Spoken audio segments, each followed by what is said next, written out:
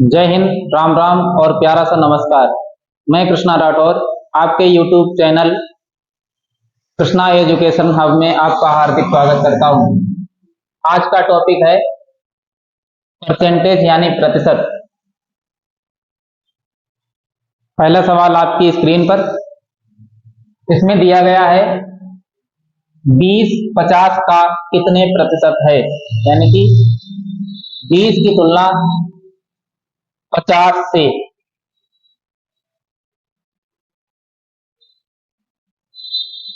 तुलना 50 से, जिससे तुलना की जाती है वो हमेशा नीचे रखते हैं और जिसकी तुलना की जाती है वो ऊपर। और प्रतिशत निकालने के लिए 100 का हमेशा गुणा किया जाता है और प्रतिशत हटाने के लिए हमेशा 100 का भाग किया जाता है। 50 दूना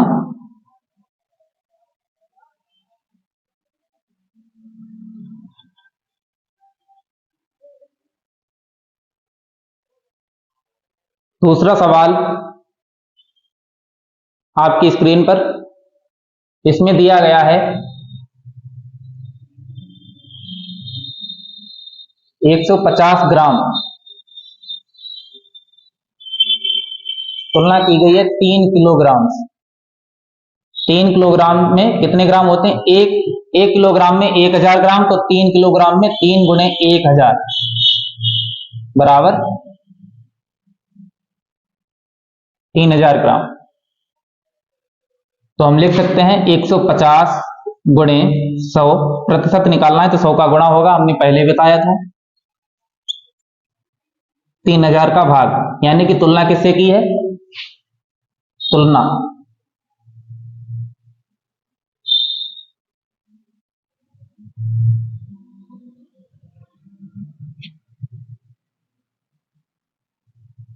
तीन जीरो से 3 जीरो, 3 पंजे 15, यानी कि 5%।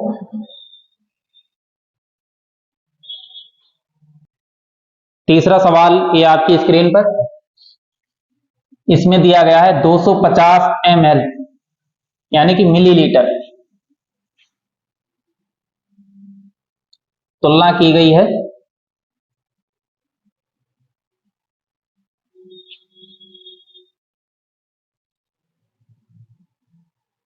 5 लीटर से।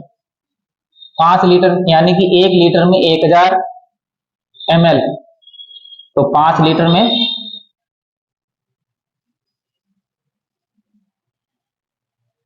5000 ml, तो 250 गुणे 100 बटे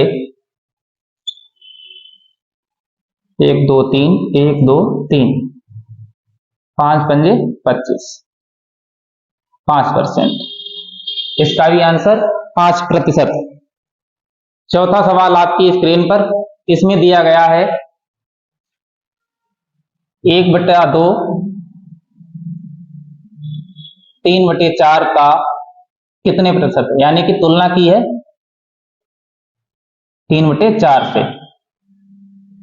जिससे तुलना की जाती है वो हमेशा भाग यानी कि बटे में रखा जाता है। तो 1/2 भाग 3/4 और करेंगे गुणा 100 से। ठीक है, तो भाग हटाने के लिए हम क्या करेंगे? 1/2 गुणा 4/3, यानी कि संख्या को पलट देंगे और गुणा करेंगे 100 से। ठीक है, 2 दूना 4, तो ये आया 200/3। ये काटेंगे, 6 18 और 2 बचा 20 हुआ, 6 18 फिर 2 बचा, यानी कि 66 सही 2/3%। 5वां सवाल दिया गया है, राम का वेतन 5000 रुपए है। यदि इसके वेतन में 25% की वृद्धि कर दी जाए तो उसका वेतन कितना हो जाएगा? हर एक चीज अपने आप में 100% होती है, चाहे एक हो या एक से अधिक।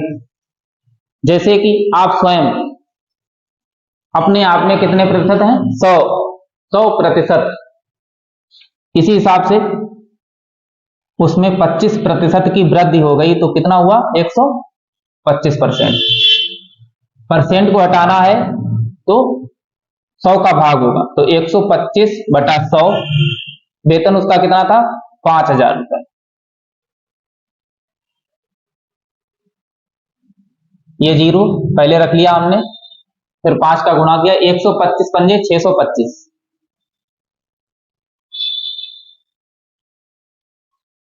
इसे हम दूसरे तरीके से भी लगा सकते हैं, जैसे हमने 125 रखा, 125/100, 25 पंचे 125, 25 चौको 100, यानी कि 5/4।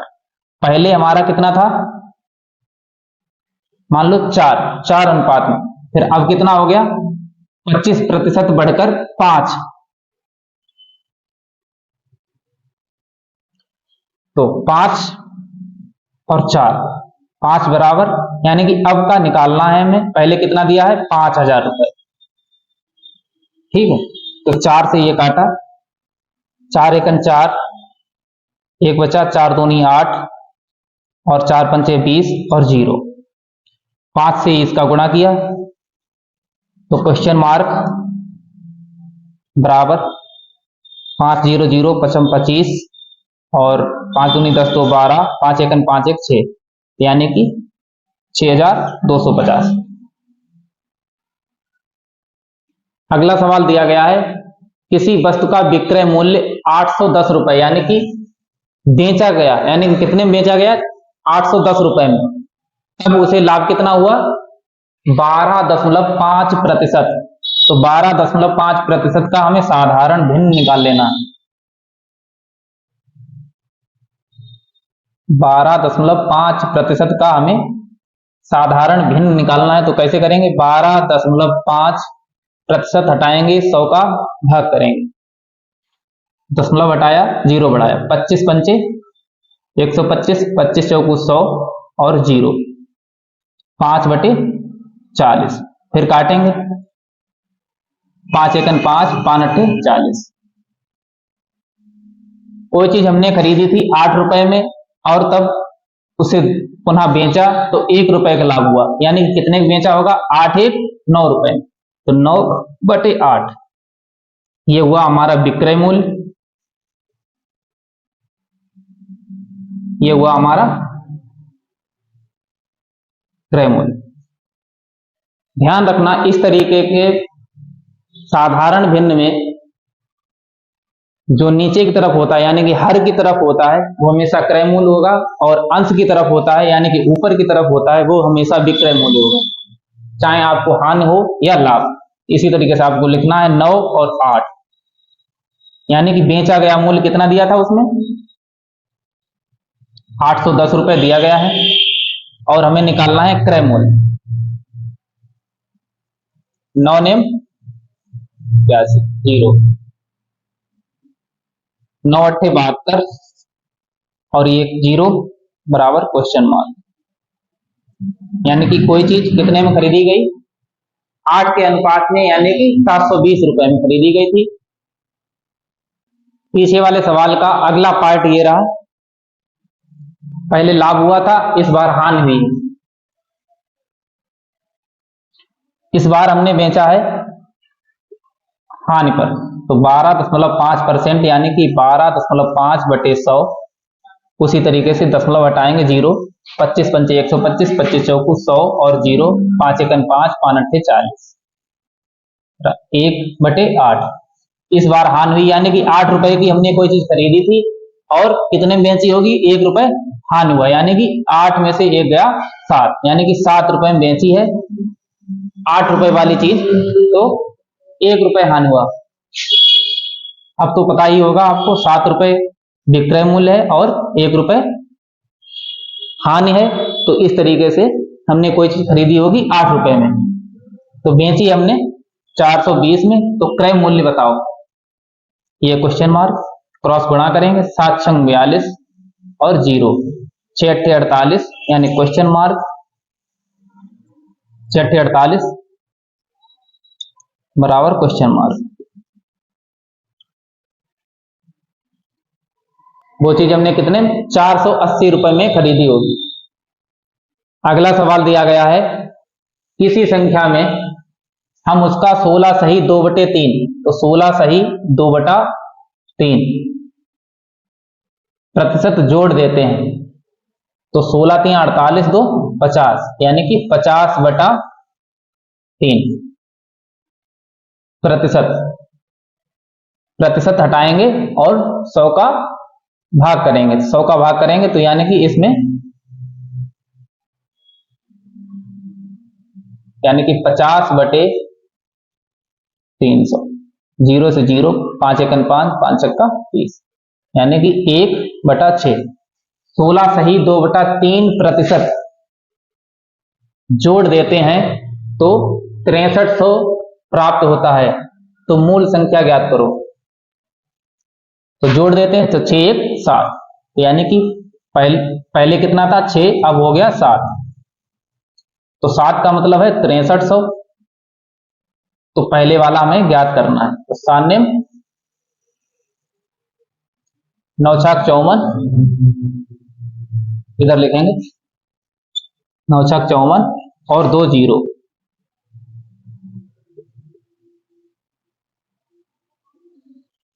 अगला सवाल दिया गया है, किसी संख्या में हम उसका 14 सही 2/7, 14 सही 2/7 प्रतिशत कम कर देते हैं। 14 सत्ते 98, 14 सत्ते 98 और 200, यानी कि 100 और बटे 7 प्रतिशत हटाएंगे तो 100 का, यानी कि 1/7 कम कर दिया, यानी कि 7 पहले था और 1 कम किया तो कितना बचा 6। अब हमें कितना प्राप्त होता है 4800, 4800 प्राप्त हुआ। तो पहले वाला में पूछा है 6 अट्ठे 48, 8 सत्ते 56,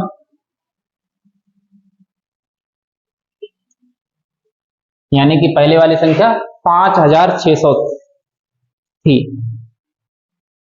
अगला सवाल दिया गया है, यदि 4800 में हम उसका 12 सही 1/2, तो 12 सही 1/2 प्रतिशत जोड़ देते हैं तो हमें कितना प्राप्त होगा। तो भाई जोड़ना है, 2 का गुणा किया 12 से, 12 दूनी 24, 25, 25/2 प्रतिशत हटाएंगे तो 100 का, 25 एकन 25, 25 चौका 100, तो 1/8 जोड़ देते हैं, चाहे ऐसे लिख लिया करो प्लस, तो 8 1 9, 9 और 8, तो कितना था पहले कितना था 4800, 4800, तो अब निकालना है कितना है 8 छंग 48, 9 छक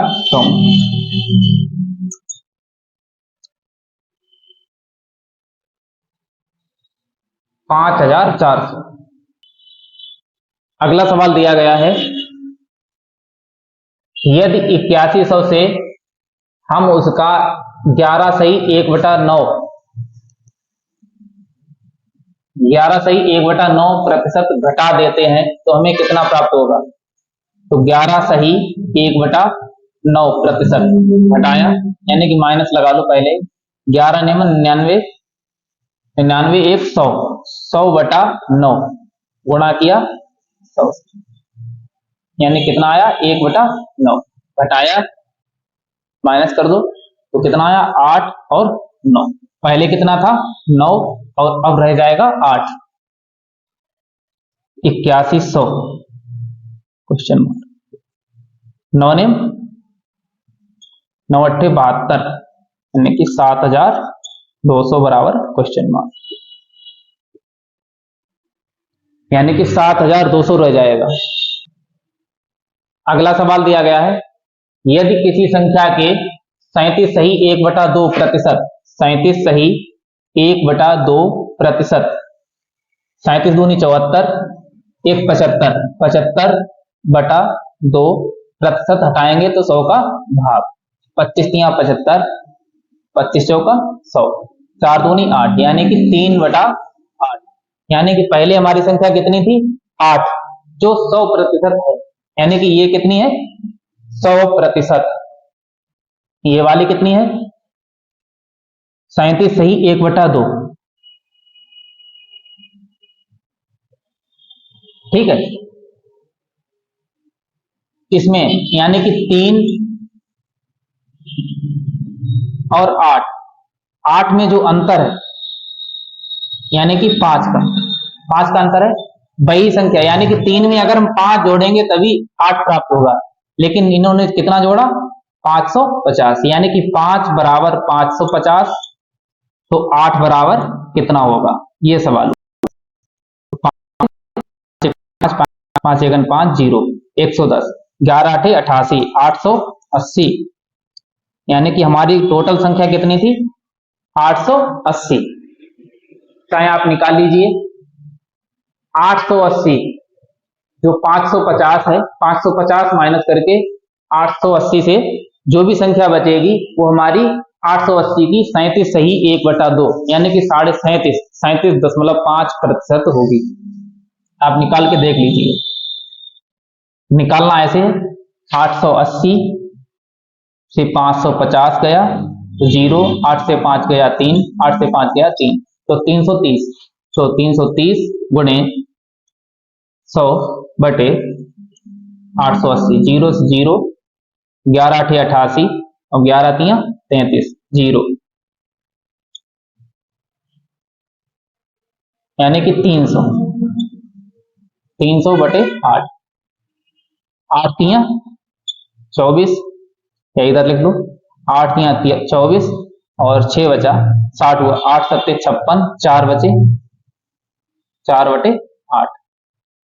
ठीक, या ऐसे कर लो 37 और कितना 4 बचा 8 पंचे 40, 37.5।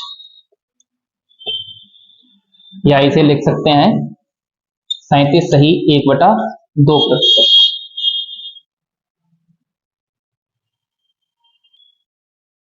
पिछले सवाल की तरह यह भी सवाल दिया गया है। इसमें दिया गया है किसी संख्या के 12 सही 1/2%, 12 सही 1/2%, यानी कि 12 दूनी 24 1 25/2 गुणा करेंगे 100 का, वो मतलब भाग करेंगे 100 का तो प्रतिशत हट जाएगा। 25 एकन 25, 25 चौका 100, 4 दूनी 8 यानी कि 1/8। यानी कि कोई संख्या 1 है और 8, यानी कि 1 का मतलब है 12 सही 1/2% और 8 का मतलब है 100%। 12 सही 1/2% में हमने कितना जोड़ा 6300, 6300 जोड़ा, यानी कि इधर कितना जोड़ेंगे 1 से 7 जोड़ेंगे तभी 8 प्राप्त होगा। यानी कि कोई संख्या 100% जो थी वही प्राप्त होगी जब हम 7 जोड़ेंगे। तो यानी कि 7 बराबर 6300, 8 बराबर क्वेश्चन मार्क, 7 63 और 0 0, 9 8 72 और 2 0, यानी कि 7200। वो संख्या कितनी थी 7200 थी। आई होप हमारे इस छोटे से सेशन में जुड़कर आपको बहुत ही अच्छा लगा हो और ये तरीका बहुत ही शानदार लगा होगा। इसी तरीके के और भी वीडियो देखने के लिए हमारे चैनल को सब्सक्राइब करें और लाइक करें और बेल आइकन को दबाना ना भूलें। इसी के साथ जय हिंद, राम राम और प्यारा सा नमस्कार।